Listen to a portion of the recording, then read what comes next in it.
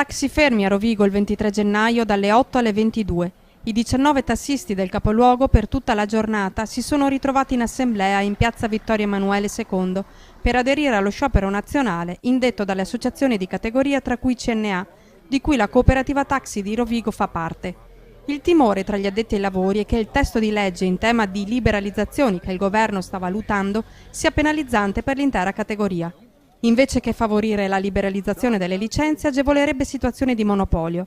In ballo, sempre secondo la categoria tassisti, ci sarebbero delle ripercussioni anche sul mercato del lavoro, condizionandolo.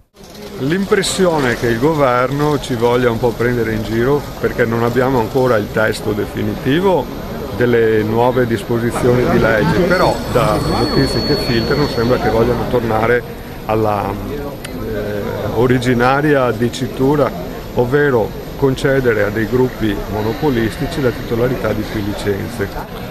Sarebbe la possibilità che un solo soggetto, come ho detto prima, diventasse proprietario di tutte le licenze di un comune e che quindi condizionasse il mercato del lavoro, perché potrebbe, come succede nella citatissima New York, avere la titolarità del gruppo taxi e far lavorare dipendenti per paghe molto basse. Giornalmente il servizio taxi rodigino soddisfa dalle 100 alle 150 chiamate, con 12 mezzi a disposizione nell'orario diurno.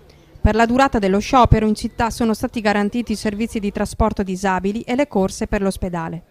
Se qualcuno ha bisogno di voi, Presidente, oggi cosa rispondete?